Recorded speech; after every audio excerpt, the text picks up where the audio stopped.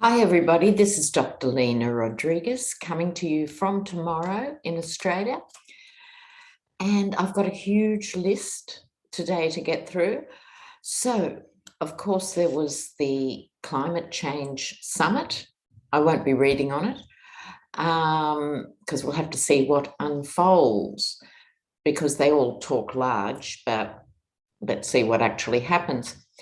Of course, our Prime Minister, Scotty from marketing, made a fool of himself, and that is only to be expected. He doesn't believe in climate change because he's actually Pentecostal and secretly believes in the rapture. And so we are now being led by a flat earther. Now, 20 years ago, even 10 years ago, we would have laughed till our sides ached. You know, if someone told us we would have a science-denying clown in the big job. But now, here we are.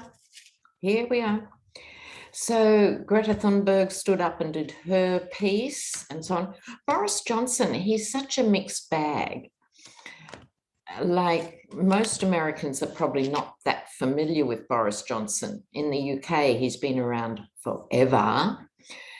And he's actually been a very cosmopolitan man, even a Europhile, you would call him. And he's lived in many countries. And then when Brexit happened, he decided to throw his weight behind Brexit.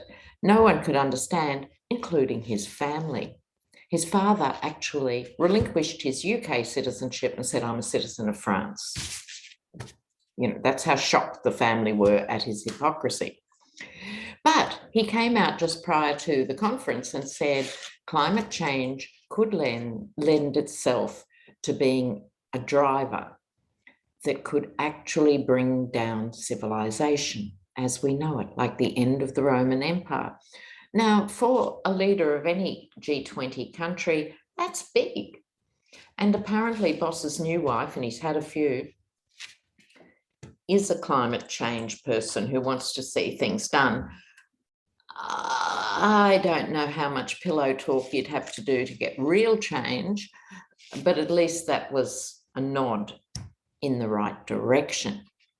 But what I'm more interested in, and I want to read on before we get into the US in November, while these countries were all talking, how many countries? 136 countries signed a deal to apply a corporate tax rate of 15% minimum to multinational corporations. Now, this is a significant development if they do it. It's important because I just jotted down here, Elon Musk, how much did Elon make last year? Well, according to what I read, $600 billion. How much tax did Elon pay? That would be nothing. Zippity-doo-dah, nada, not a thing. So if you're on 15 or 20,000 a year and have to pay tax, and then you see this, if you're on 60,000 a year and have to pay tax, if you're on 80,000 a year and have to pay tax, what is this about? And he's having a hissy fit, pouncing around. You know, I think what we are seeing, though, is a bit of a global shift towards this. So let's have a look at corporate taxation. Corporate tax here. Will this actually have teeth? Will corporations have to start paying tax? Will they have to start paying tax? Will they have to start paying tax? Okay.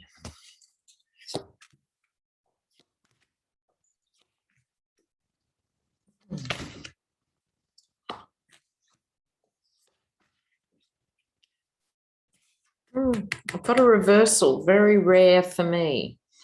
Okay, the King of Wands here, this is symbolizing the signing of that signature. This is the grown-ups in the room in 136 countries saying, this is only sensible, it's about time, this should happen. 15% isn't much. Really, it isn't. And this is what should go forward. So this is the sensible King of Wands, right? What's their obstacle? These people would rather eat their firstborn children than pay tax. They're allergic to the concept. They're certainly allergic to the reality. They just go, oh, this is what you're up against. They've got away with it for like 3 generations of companies, sort of thing. For so long, they think it's their God-given right. It's a mentality that has to be got over. Now, underneath it, the Page of Swords, this is the intention of signing this deal. The swords raised, let's get on with it. Time has come. Every country in the world needs to be spending money on social programs and on environmental issues. They haven't got the money. They need extra tax revenue. But it's reversed. So I'm not liking it, I have to say. 136 may have signed. I just heard 5. I just heard 5 will actually really go hard and implement it. If that number doesn't rise, sometimes, as a reader, you'd love to be wrong. Let's see how that goes, because that's a watershed, whether it's 5 or 25. The point is, you don't want the situation where big corporations can keep moving to the countries that don't make them pay tax. The whole idea of the 136 countries is so that you cover a lot of the world, so it's harder for them to duck and dive, right? But I don't think we're there yet. So in the past, what's happened, this is national debts. This is people who worry about such things as the national debt and are concerned. This is abstract here. This isn't a literal person staying awake at night. This is symbolic of countries trying to keep their own debt ceilings in check, trying not to... Oh, can you hear those birds? They're going berserk. I think it might be bird sex or something. It's spring. Very loud. Okay, so this is the concern about not having enough money to go around. And that has to end because, as I've said before, there is plenty of money in the world. It's just who's got their hands on it. I'm not coming from a communist perspective where the wealthy should have their houses and lands confiscated or anything like that. Not that that is actually always a communist position, but we won't go into the subtleties of it. I'm not coming from that position. I'm just saying people should pay their way the same as we do. Right? So that's what this one is about. Walking away, that's why the other reason I was worried about this was I think companies are going to nod and go, yes, yes, but walk away from their responsibilities. So then what happens? They'll have to be dragged back to the table, kicking and screaming, and a deal will be struck. Oh, I just thought, what the 5 might be is 5 years. It's going to take 5 years. Oh, that would make sense. For this to truly happen, right? It's fine to have the idea. It's fine to sign the pieces of paper and have your happy snap, on the television stations in 136 countries. I'm going to change what I just said and say it's going to take 5 years to get this on board so that it's normal. It's normal for big corporations and paying tax in every country where they earn these untold billions, they can give a little bit back. Oh, and what about Facebook changing its name to Meta? Please spare me. You know what it reminds me of, viewers? Years ago, many years ago, I was involved in the anti-nuclear movement in the UK, and the big nuclear complex there was Windscale, and there were a lot of leaks and accidents and stuff that happened in Windscale that kept getting covered up, and people would try to expose them. And this went on for years and years and years and years and years. They had so many breaches that someone came up with the bright idea, we'll change the name. So then it became Sellafield. So Windscale had a crap record for safety, and Sellafield had a brand new record. Awesome. And this is what Facebook's doing, as if any 4-year-old couldn't see through that. I mean, please. Anyway, they do think we're stupid. I'm sorry, they do. So, but unless we're loud, vocal, and applying continual pressure, they might be right. We have to apply pressure to each of our own governments going, where is the tax? Want the tax. And the best way to do that is for the party like the Dems or Labor in the UK and Australia and so forth to say, we would like to fund this project and we need corporate tax dollars to do it. It's not like they're doing anyone any favours. They're just paying their way. Oh, stop it, Lena. Stop it. Okay, in other good news, Bo from the Fifth Column, who I respect a lot, he does little 5 or 6 minute podcasts on what's happening. And he did one on the Cowboys for Trump. And the leader of Cowboys for Trump has come out with a very heartfelt statement. So although I don't have enormous sympathy for any group who would, actively back the Yeti, you've got to allow for people to fall over and change and work it out. And so they've realised that he didn't do anything he said, right? The coal industry didn't come back, the steel industry didn't come back, the wall didn't get built, nothing happened. What has happened is the Jan 6 protesters, i.e. insurrectionists, are now facing massive legal bills, and they're being ignored by the Yeti. He implied he would either help them miraculously with their legal bills or implied that there'd be a pardon. Look, the point is they are turning. So it might not be the biggest group in America, Cowboys for Trump, but it's symbolic. And also, don't you love the way his truth platform, how could he even use the T word, even in jest? Look, it's sinking like a stone. And Marjorie Taylor Greene apparently put 50 grand of her own rotten money in and will lose it. Oh, it's thrilling. Okay, so let me just have a look at, in another news before I get on to November, which I will do next, I promise. DeJoy, most readers have read on him a few times. We're all frustrated that he's still there. The point is, what we do know is Biden can't sack DeJoy. It has to be the board. So who's on the board of the Postal Service? Well, one of the people is Ron Bloom, a Democrat, the head of the board. Because,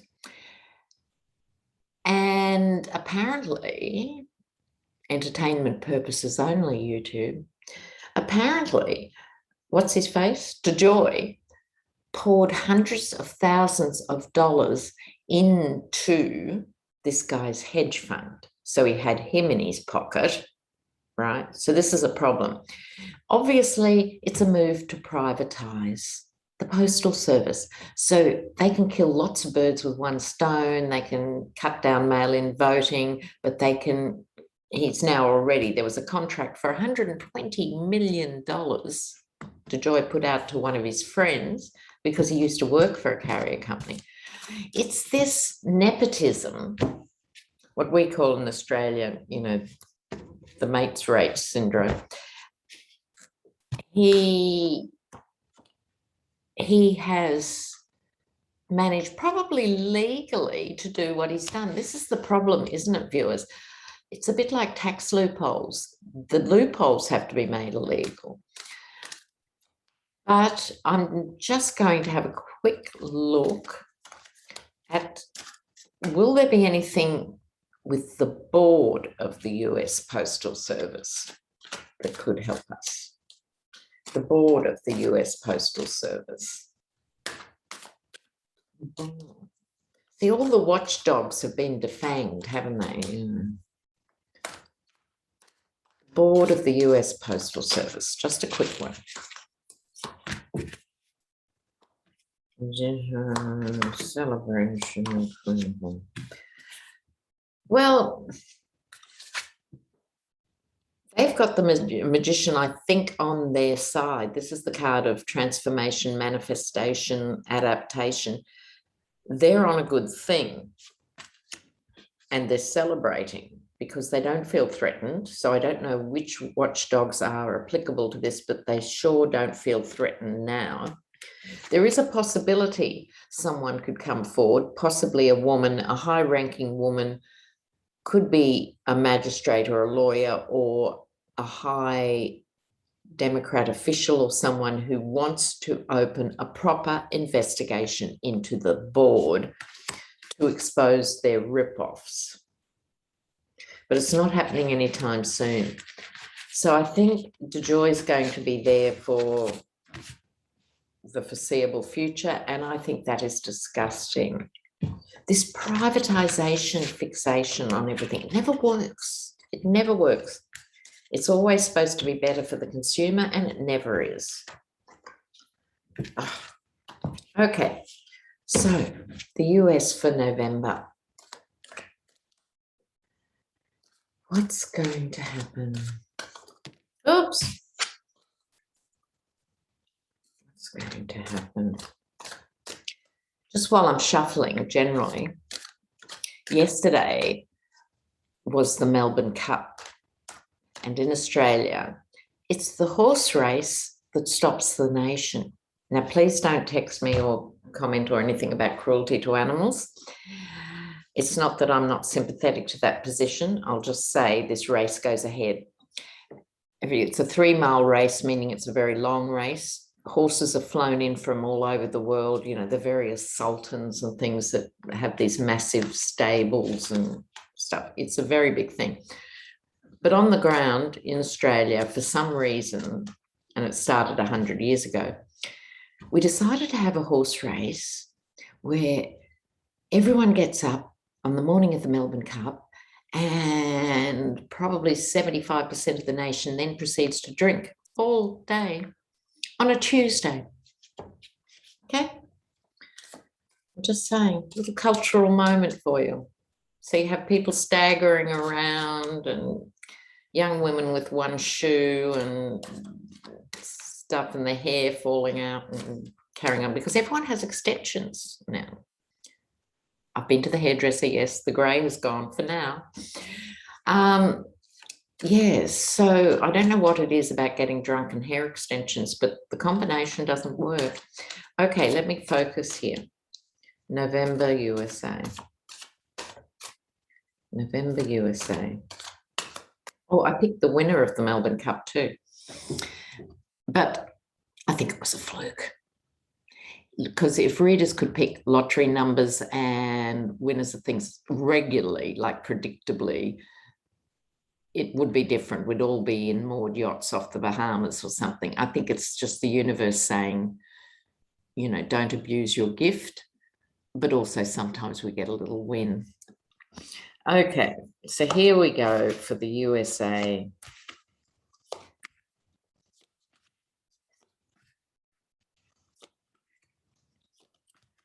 What's happening here?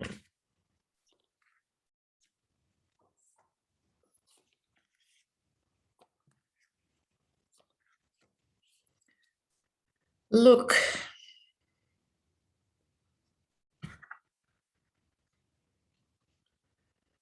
let me think about this.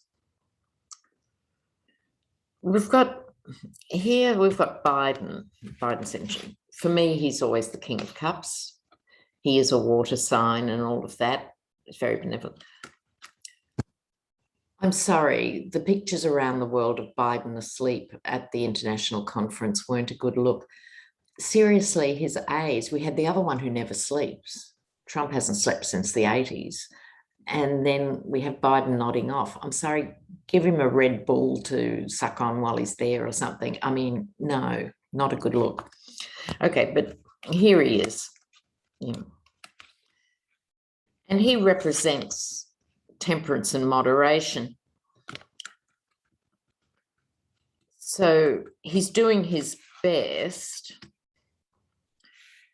but he's worried about the infrastructure bill, right? This is the money. Where's the money going? I think he's also worried about the debt ceiling and everything. He's worried about money.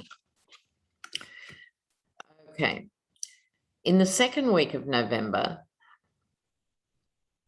it's sort of different. The shoe's on the other foot, I think, by the second week. I don't think this is Biden defending. Someone is defending themselves. I think this could be the GOP Congress people who are being brought in for testimony. That's my vibe on this. We might see some developments there in the second week of November.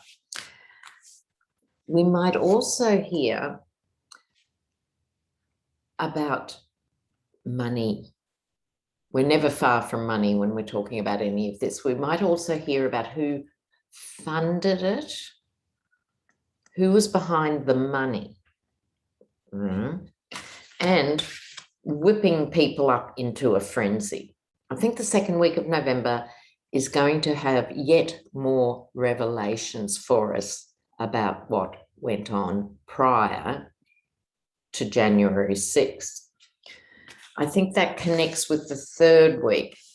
So in the third week, the ones who thought they were safe because they hadn't been subpoenaed yet, this is a comfortable life. This person isn't worried by much, but suddenly they have a tower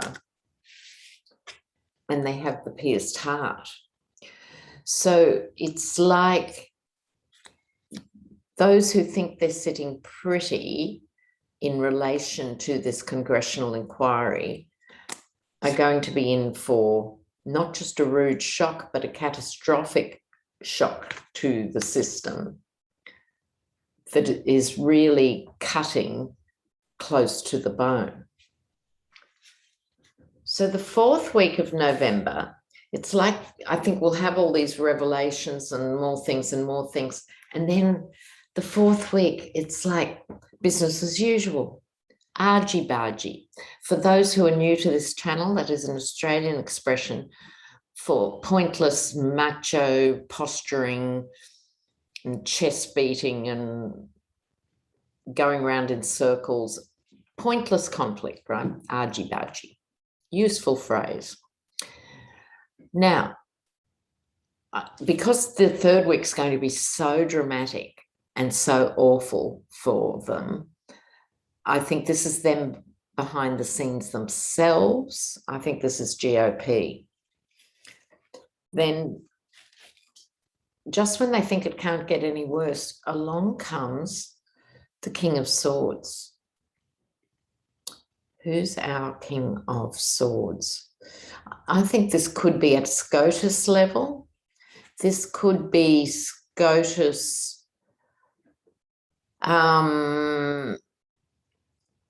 actually putting down the Texas abortion law because it is a contravention of human rights, offering bounty hunts for people for anything, let alone this.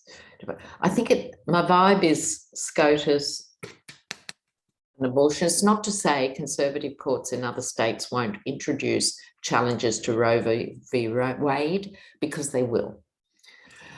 But Texas just went out on a limb, went so crazy, went so bananas, went so Handmaid's Tale. They have no choice but to drag it back to reality. I think the nation will be still juggling by the end of November. So juggling priorities, juggling how to approach what is going on, because now we're on a slippery slope to Christmas. a blink and it's 2022 when we have the NRA trials and lots of other things. So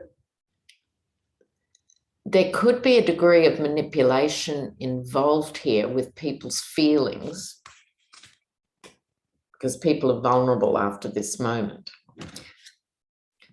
So the manipulation will continue.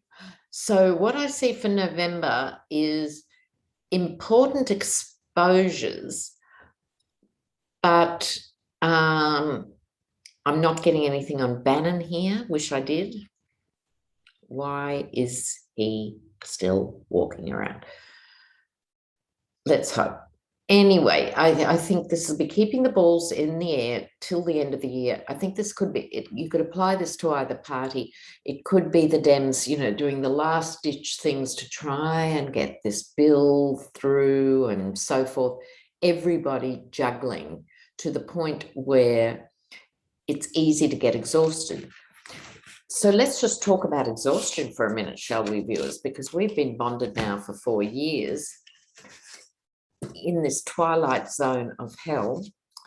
Okay, so it's really, really, really so important to keep strong, but to rest during the last 2 weeks of November. Try and take time out from the madness. The acceleration of this stuff is happening generally to all of us. I think we are definitely transitioning. And some people who are natural light workers, like the intrepid viewers of this channel, are being scooped up. And a lot of people will also be falling away because they can't cope with the new vibration on some level. So it's important to rest and nourish yourself by getting out in nature if you humanly can. That might be hard if you're living in downtown Manhattan, but you can still go to Central Park. So find somewhere in nature in November to keep reinforcing yourself so you're in shape. Now, in other things, people ask me to suggest other astrologers. So there was Pam Gregory, I mentioned last week. And apparently that's different from Pamela Gregory. So it's Pam Gregory. I think Braca Goldsmith is interesting too. Yvonne Davis is worth checking out. And of course, your very own Denise Siegel. But I think you need to try a few astrologers to find the one who works for you. You want someone who makes you feel that you are getting information that is valuable and useful and practical to you, but who doesn't distress you or freak you out or anything. So it's find your astrologer. That's some I am suggesting. Yvonne Davis is E-V-O-N, Davis, by the way. And I think she does a good job. And so get in touch if you want December readings. Okay, beloveds, bye for now. Bye-bye.